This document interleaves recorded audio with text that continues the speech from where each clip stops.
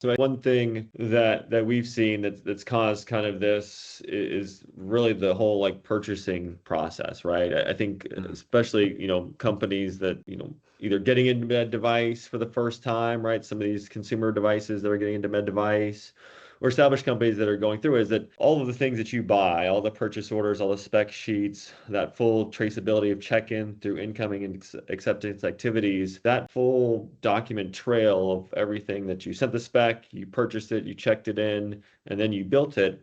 Especially companies that are doing manufacturing, they need to see all that information. There's financial information, there's likely different systems in your QuickBooks or into your eQMS or whatever it might be.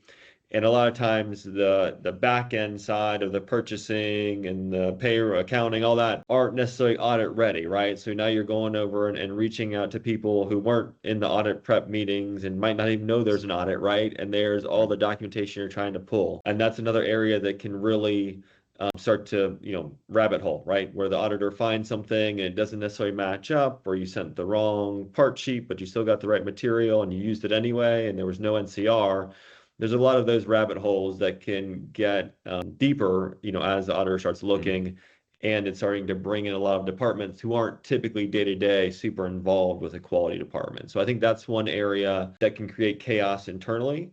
One of the things we like to do with, our audits and audit prep is we have a pre-audit checklist, right? And using eQMS or, an external shared drive, we'll say, hey, these are, what the audit schedule is.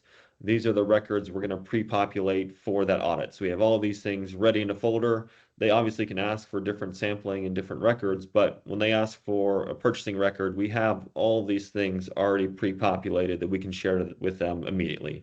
And they can go and ask for other lots and things like that, other dates.